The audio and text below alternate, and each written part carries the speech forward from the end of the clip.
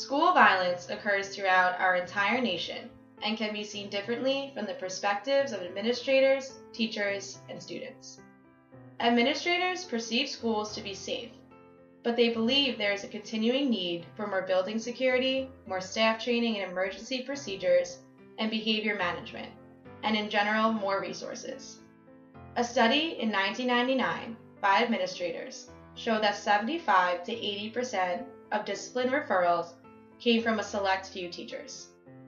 Administrators noted that most of these discipline issues spurred from inefficient classroom management by these select teachers. Many believe that cultural differences between the teachers and students could be a cause for school violence. Unlike administrators, some teachers believe that school violence stems from the surrounding community.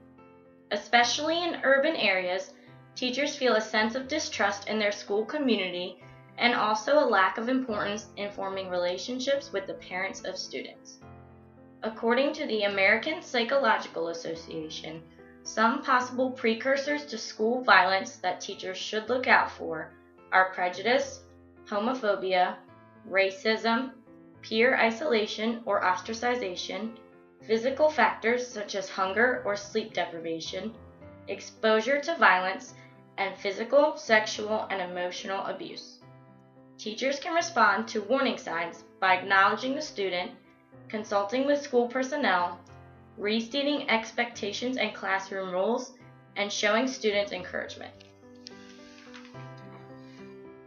For students, there is a strong correlation between perceptions of school safety and actual victimization.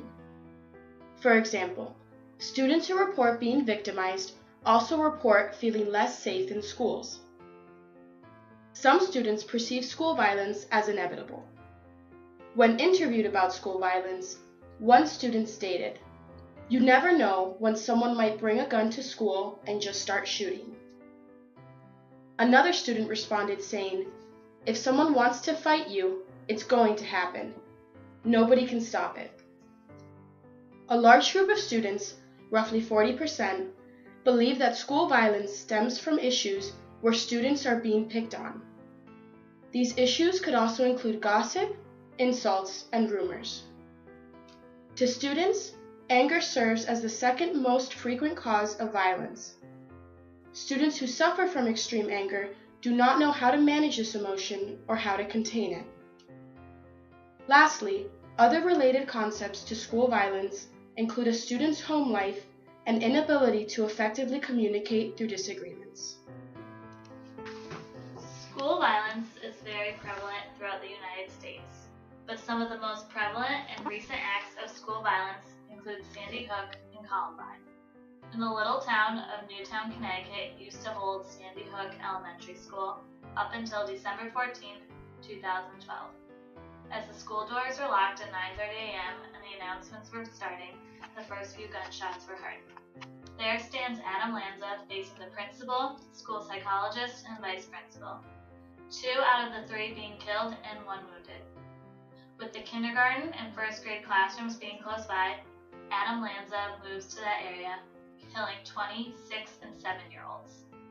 The ones that were not killed were either protected by their teacher or hidden in closets and cabinets. As other students were being escorted out of the building and away from the school, the gunman had shot himself.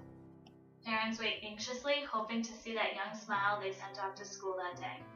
In the end, these 20 angels are joined by 6 adults. Years before Sandy Hook was the tragedy at Columbine High School in Denver, Colorado. These 2 killers shooting 13 students. Stories state that the shooting had happened because the 2 killers were bullied, but years after they find out that these 2 were the bullies. The story originally stated that they did this because of medication they were on, or they had certain groups they wanted to target. All this being false.